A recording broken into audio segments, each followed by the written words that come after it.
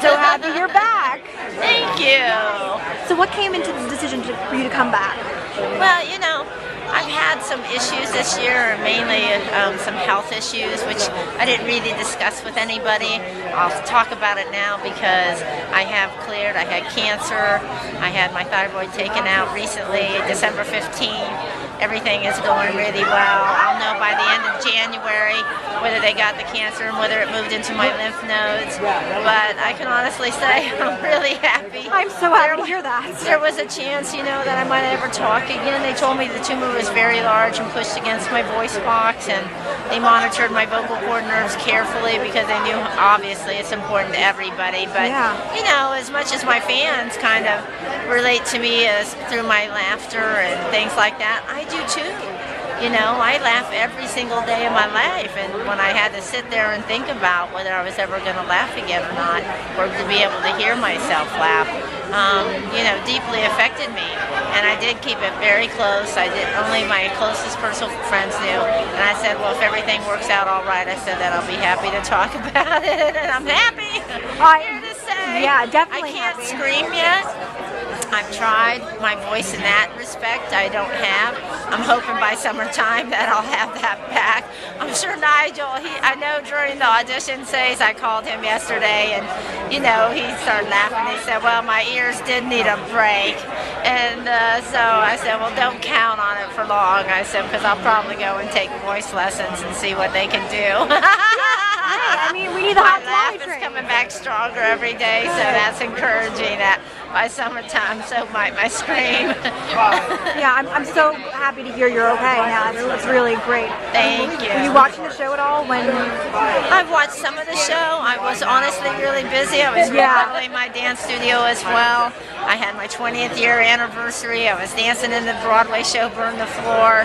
I was given domestic violence speeches. I started a new program with the military called Soldiers Who Salsa, and that program is getting closer every day to going nationwide. I've been doing that at the Naval Medical Center in San Diego, working with the amputees, post-traumatic syndrome and brain-inflicted injuries. And I'm telling you, what dance is doing for these guys is just sort of amazing because it's socializing them. It works. Ballroom dancing, by the way, works 5 out of the 6.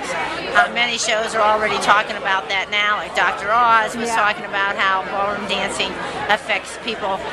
We know it does a lot of great things, but beyond that too, the emotional side of a soldier coming back home who has lost a limb, being able to feel like, oh, I may be able to have a woman in my arms again, I may be able to dance. We're showing them the way.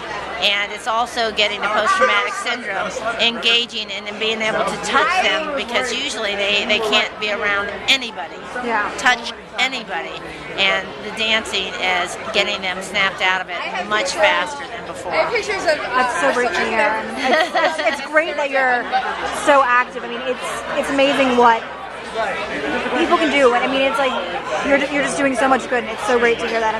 Well, I still feel I don't do enough. I have a children's program too, and I work with domestic violence across the country and in my hometown especially. But I still feel like I can do more. I know I can, and I know I will, and I know I'm in a position, and I understand that now. I didn't for a few years there.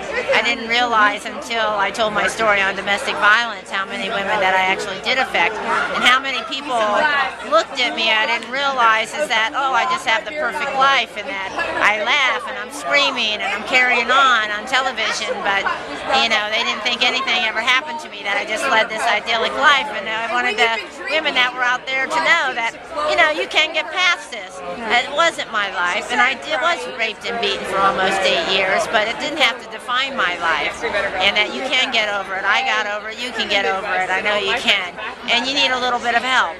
And so to fight for financial support from the federal government, which has been denied on domestic violence to shelters across the country, but we fought here in California, and we did get the bill passed and get 70% back of our funding, so I'm happy to say that has happened. But it's not enough. It's up for people that are in the spotlight, that can do more, can raise more money, can talk to women personally and say, this isn't the end of the road.